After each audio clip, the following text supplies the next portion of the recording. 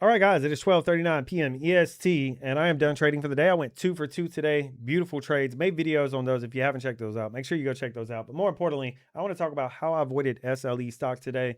And unfortunately, while we made this break above our 584 level right here, many of you may have entered here, got caught into this pullback, and then maybe you believed it was going to pop because we did get the pop at market open, and then boom, we crashed to the downside. So if you've been on a losing streak, if you've been trading a lot of fake outs, guys, I'm going to give you some really good data and information in this video.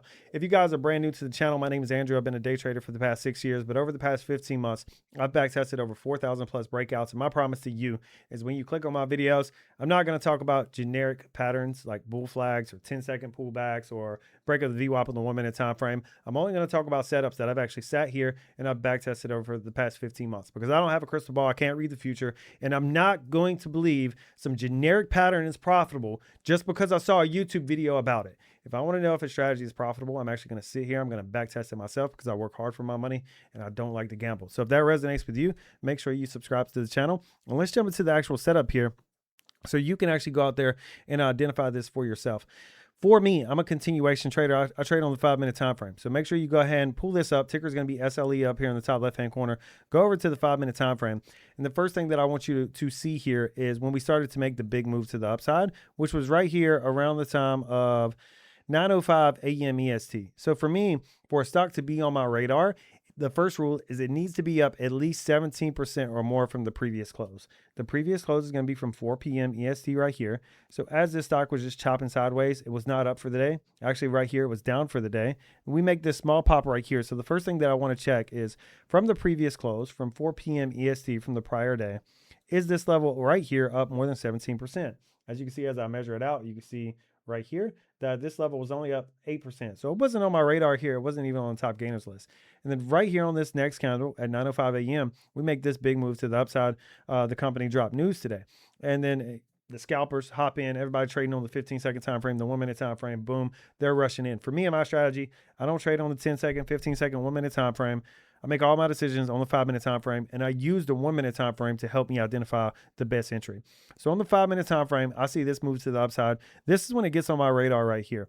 Now, as soon as it gets on my radar, that does not mean I'm taking a trade immediately. For me to even consider taking a trade, the first thing that I need is a pullback on the 5 minute time frame. I need one red candle, which is exactly what we get right here. Now, what does that allow me to set? What that allows me to set is a resistance level, which I call a breakout level. So as soon as we get the first 5 minute candle to close red right here at 9:15, I see that, and I go ahead and set a horizontal line right here at the top of the body of the candle. You got two different options. If you've been watching multiple YouTube channels or if you've been in mentorships, you know there's two different parts of the candle. There's the wick of the candle, there's the body of the candle. For me, all across the 4,000 plus trades that I've back tested, I've always used the breakout level as either the top of the green candle, the close of the green candle, or the open of the red candle. A lot of times they're the exact same, but sometimes one is higher than the other. I always take the highest one. So I'll put my horizontal line right here at 584. Once I've established that level, for me to actually track a stock as a quote unquote breakout, I now need a 5 minute candle to close above that level. And that's exactly what we get at 920. And that's my bread and butter. I've now tracked over 4,073 of these. So I have a really good idea of if I have an advantage when these stocks go to break out. And one of the big things that I look for is time frame that the stock is breaking out, market cap, and free float. So the first thing is the time frame that has worked the best for me is from 9 a.m. all the way till 12 p.m. This is when I live trade with my one-on-one students, excluding the 10:01 to 10:30 time frame. For whatever reason, that time frame right after market open and we hit 10 o'clock, that time frame has not worked well for this strategy. So I sit out during that time frame. By the way, guys, right now I have 7 one-on-one students. All of them trade with over 10K plus inside of their portfolio. All of them have been in other mentorships, trading off of intuition, felt like they were gambling, and they wanted to trade more based off data. So if that's you, if you're watching this and you want to live trade with me every single day so I can help you identify these setups in real time, I can help you avoid pump and dumps like SLE. Highly recommend that you click that link down below, guys. It's going to be I believe it's going to be a phenomenal investment for you if you trade with over 10K, because if you trade with over 10K, then you're not losing $20, $30, $40 on a trade. You're losing hundreds, if not thousands of dollars. So click that link down below to learn a little bit more. We can book a call and see if it's a good fit. But after this 5 minute candle breaks above right here at 920, one of the things that you want to look for after time frame is you want to look for market cap and free float. For SLE, if we go over here to quotes, you'll see that the free float was at 1.6 million. Free float needs to be below 10 million, so that's a check. Market cap needs to be below 50 million. Market cap currently right now is 7.6 million, so that's check and check. Everything is looking beautiful right here. Price is below $20 as well, $5.84. So I was excited about this one going into the 920 candle. But one thing that I've noticed, the next thing, and this is most important, if you remember anything from this video, make sure you remember this, is that at 920, when that 5-minute candle was closing, we want to do a multi-time frame analysis and we want to zoom into the 1-minute time frame.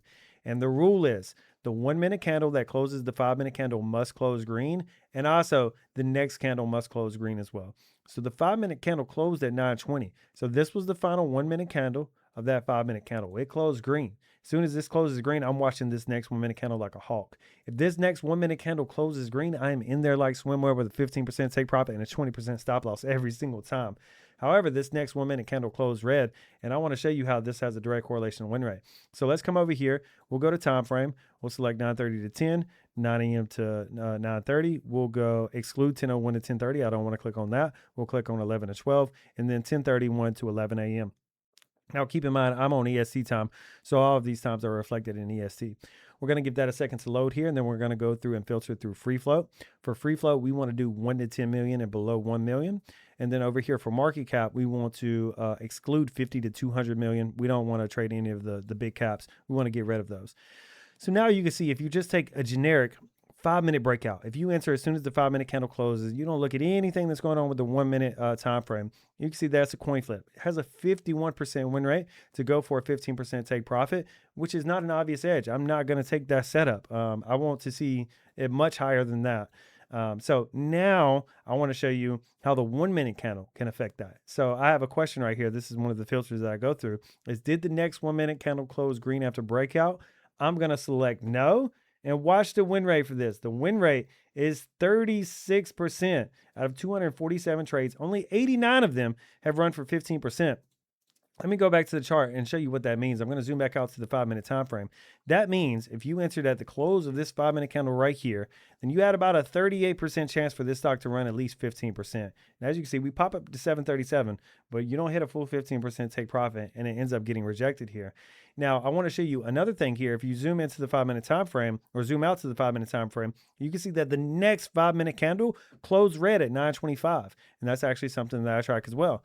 So right here, there's a question, was second 5-minute candle green? I'm going to put no right here. And then take a look at this win rate, 25.7%. So there was a 75% chance based off of the historical data that I've tracked that that stock was not going to run at least 15% from where that 5-minute candle closed above the breakout level. And that's exactly why I skipped SLE. Guys, start zooming into the 1-minute time frame. Look for those obvious telltale signs. If we don't get continuation on the next 1-minute candle, your win rate's dropping down to around 38% if you're trying to get a 15% move. If the next 5-minute candle closes, then now you're dropping all the way down into the 20-25% level. This is one thing that I look for every single day in my trading. I hope this was valuable. If it was, subscribe. Make sure you like this video. I'll see you guys in the next one.